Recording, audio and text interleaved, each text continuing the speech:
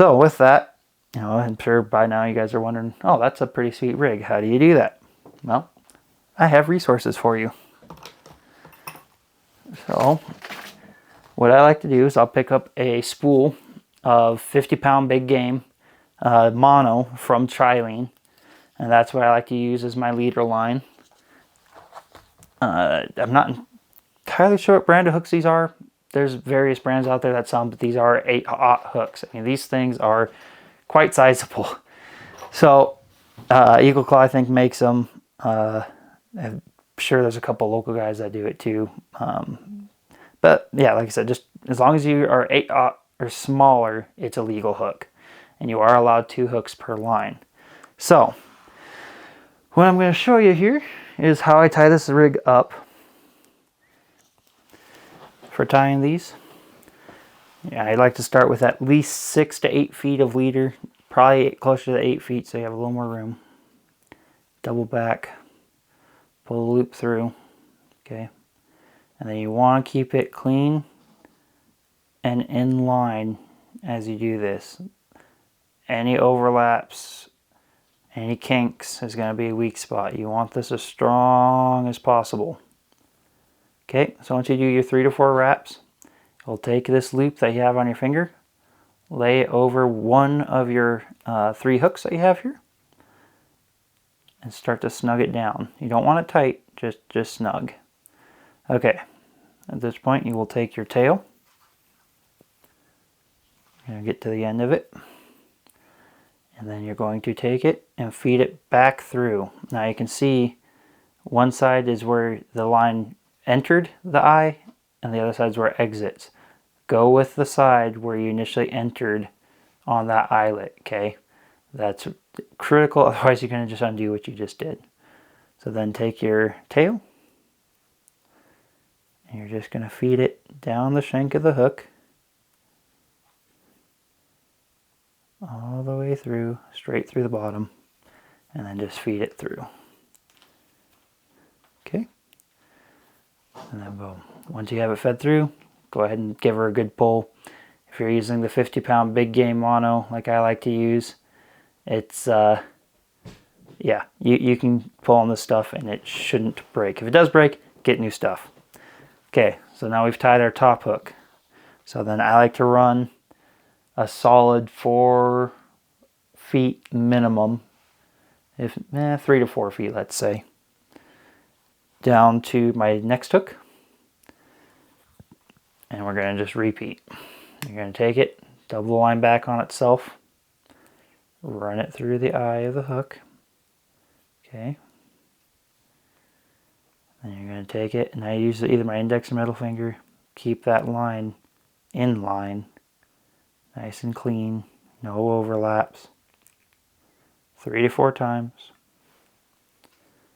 Okay, over the hook, snug it down, go to where it has entered the eyelet. Again, that's critical, otherwise you're just going to do all the work you just did. Take your tail and run it down through the shank. And as long as you didn't get this too tight, if you're having trouble getting it through one of the loops, not a big deal. You could just work a little bit of looseness into it. Straight through the bottom. Okay. Once you're there, give her a good pull. And there you go. Now you have a 2-hook wrangling setup, as I like to call it.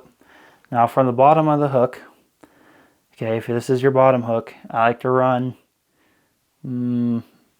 let's say 12 to 18 inches, roughly. You know, if you take your hand, hold it basically from your pinky to your elbow, roughly. Just tie a basic loop in there. You can do a figure 8, you can just do a regular loop, whoever it takes so it doesn't slide. Okay. And you just need this loop big enough so it can fit over the body of your bank weight. So then this is a 4-ounce bank weight. So I tied in my loop,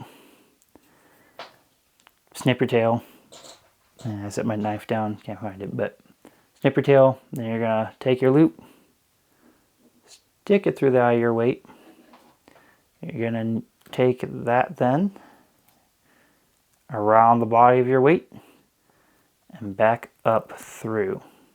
Okay, now there's kind of two methods of thought for this. If you trust that it's soft enough, or that the edges of your bank weight aren't too sharp, you can leave it down on your shank of your weight.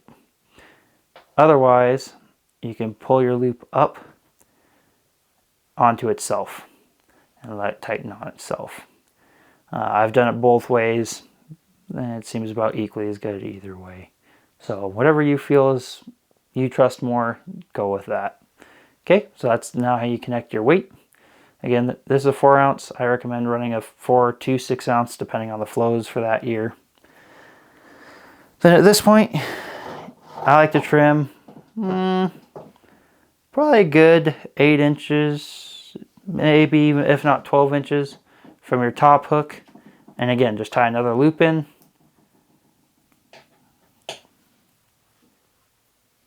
Boom. And then it doesn't have to be any real size to it. It can be small, maybe not huge, but it could be big. And that's what you'll then put your crosslock swivel to. Yeah, so that is my setup for catching and snagging paddlefish. So with that, I wish each and every one of you guys the best of luck in filling your tags. I am a little salty. I'm on year 4 of not drawing, but it happens. So hopefully next year, with any luck, I'll get my keep tag. So I'm going to be running around with the camera, chasing around Emily and Todd, watching them get their fish. I'll snag a couple myself. Hopefully the crews will be there this year. Maybe I can wrangle them into a interview. So hey, if any fisheries guys doing nets are going to be around second or third week of May, I'd love to talk to you if you happen to see this video. Otherwise, here in about a month and a half, I will be doing my paddle fishing trip, and then when we get back, I'll get you guys our special paddlefish special, and you can actually see everything I just talked to you guys about in action. So I hope this helps. We can get into strategy a little more if you guys so choose. If that's the case, please leave a comment, and I'll make a video about strategy when it comes to surveying the river or what to look for. Otherwise, hopefully that'll be addressed when we do our paddlefish special here in a month and a half or so. So for the time being, please like, subscribe, share. We're going to continue to do some walleye and rainbow trout fishing. It's still that time of year where we do really try to get it while the fishing's good. Spring fishing's definitely one of the better times of year, followed ever so closely by fall fishing. But we're staying plenty busy. Hopefully we can get you guys the knowledge you guys are seeking.